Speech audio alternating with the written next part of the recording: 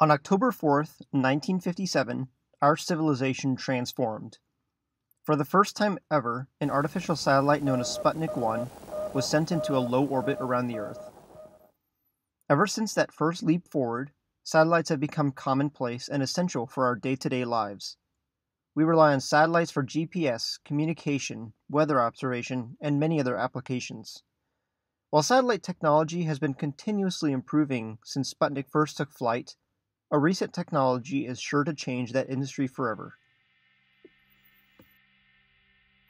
Although satellites are essential to our society, they are also prohibitively expensive to build and launch.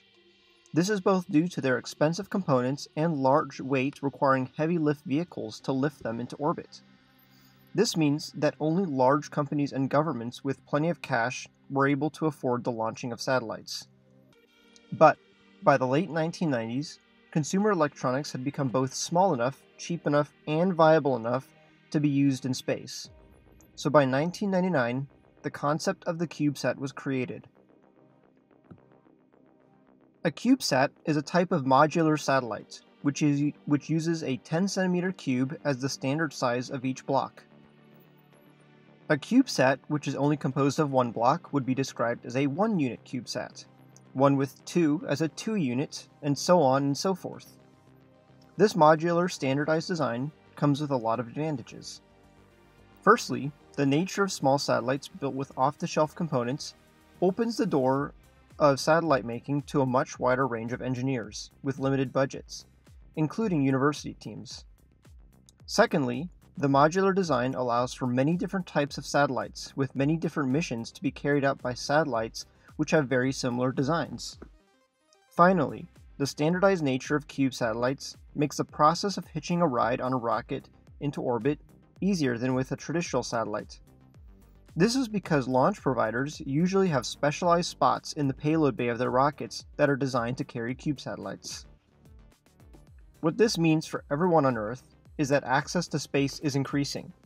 No longer is launching objects into orbit solely in the hands of governments and big companies.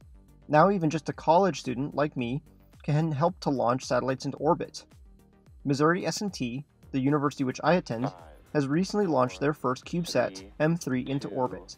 1, ignition, and liftoff Falcon 9, go SpaceX, go transporter test. The satellite was designed to test a new type of propulsion, one which combines the efficiency of electrical propulsion and the power of chemical propulsion. While the mission didn't quite go as planned, it was a huge step for our future as a team. Currently, I am helping the school to work on 2 other satellites which we hope to launch in the near future. Not only do I believe that cube satellites are a part of the future of aerospace, I also believe they are a part of my future as an engineer.